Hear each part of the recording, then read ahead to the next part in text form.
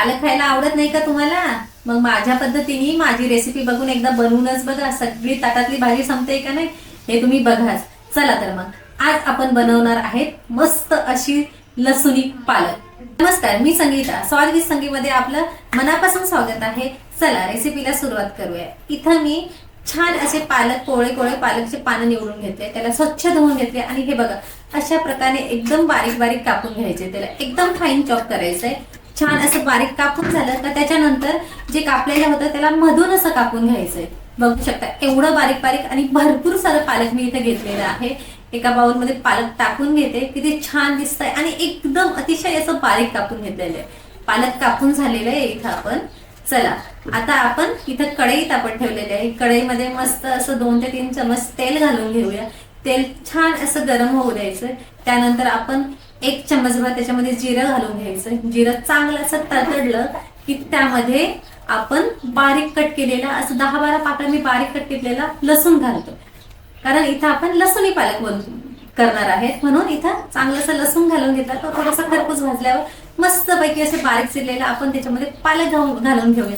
पालक अगदी 3 ते 4 मिनिटं असं परतवून घ्यायचंय, म्हणजे त्याच्यातलं थोडंसं पाण्याचं प्रमाण कमी करून घ्यायचंय. छान असं परतवलं, बघू शकता मस्त असं 2-3 मिनिटं परतून झालेलं आहे पालक. गॅस बंद करून घेऊया आणि पालक थंड करायला ठेवून देऊया. इथं तर ग्रेव्हीसाठी मी इथं फक्त भाजलेली चण्याची डाळ घेतलेली आहे 2 चम्मच मोठे असे, आणि त्याचबरोबर भाजलेले शेंगदाण्याचं कूट घेतलेलं आहे. तुमच्याकडे कूट नसेल तर सगळे शेंगदाणे घेतले तरी चालेल. आणि ह्याची पाणी घालून मस्त अशी पेस्ट करून घ्यायची. बाजूलाच मी कढई तापत ठेवलेली आहे. त्यामध्ये थोडंसं तेल घालून घेतलं 2 चमचभर. 1 चमच बटर घालून घेतलं. बटर ह्याच्यासाठी घातलं की बटरमुळे जी लसुणी पालक होते ना ती अतिशय भारी होते.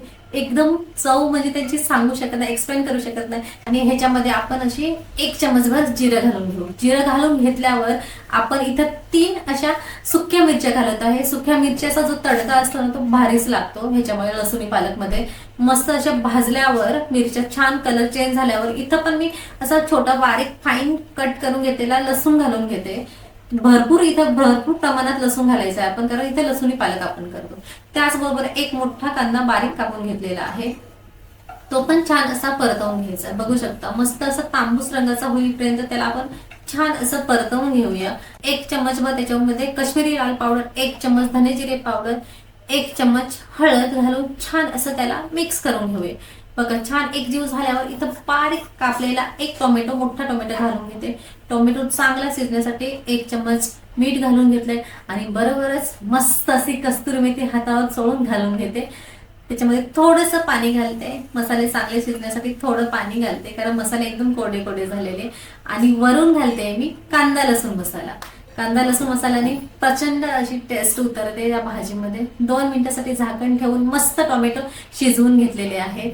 आणि आता आपल्याला करायचंय काय तर ह्याच्यामध्ये मस्त अशी कोथिंबीर घालून घ्यायची. छान अशी कोथिंबीर घालून झाल्यावर आपण जी पेस्ट तयार करून घेतलेली शेंगदाण्यांनी चण्याच्या डाळीची ही घालून घ्यायची. हिला चांगलं परतवून घ्यायचं तेल सुटेपर्यंत. छान असं तिला शिजू द्यायचं आणि त्यानंतर आपण ह्याच्यामध्ये घालणार आहोत आपण परतवून घेतलेलं असं मस्त असं पालक. छान पालक घालून घेऊया आणि त्याला छान असं एकजीव करून घेऊया. असंच त्याला 2 ते 3 मिनिटभर आपण असंच चांगलं असं परतवून घ्यायचं, चांगलं हलवून घ्यायचं. आणि त्यानंतर आपण ह्याच्यावर 5 ते 6 मिनिटासाठी असं झाकण ठेवून छान अशी पालक शिजवून घ्यायची. बघा छान दिसतंय, कलर पण भारीच आलेला आहे, बघू शकता मस्त असं झालंय. आणि शेवटची स्टेप आपल्याला इथे करायची, घ्यायचं तडका मारून घ्यायचा आहे मस्त लसुणी पालकाला तडका.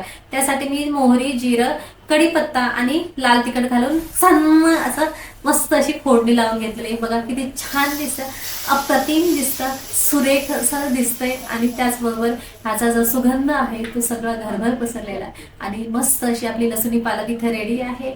एका आपण प्लेटमध्ये लसुणी पालक काढून घेऊया. आणि छान असं जसं आपल्या धाब्यावर जसं भेटतं ना, आपल्याला नान सोबत खायचं तर नान सोबत खाऊ शकता, भाकरी सोबत खायचं तर भाकरी सोबत खाऊ शकता, आणि चपाती सोबत खायचं असेल तर चपाती सोबत पण खूप छान लागतंय. ही भाजी मी एकदा टिफिनला माझ्या ऑफिसला पण घेऊन गेलेली. खूप तारीफ केलेली होती, खूपच तारीफ केलेली होती, खूप छान झालेली होती. तुम्ही पण नक्की ही अशी भाजी बनवून बघा आणि कशी होते तुमची भाजी हे मला कमेंट्समध्ये सांगा.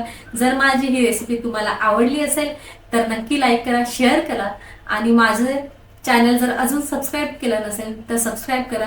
पुन्हा भेटूया अशाच एका नवीन रेसिपी सोबत. नमस्कार.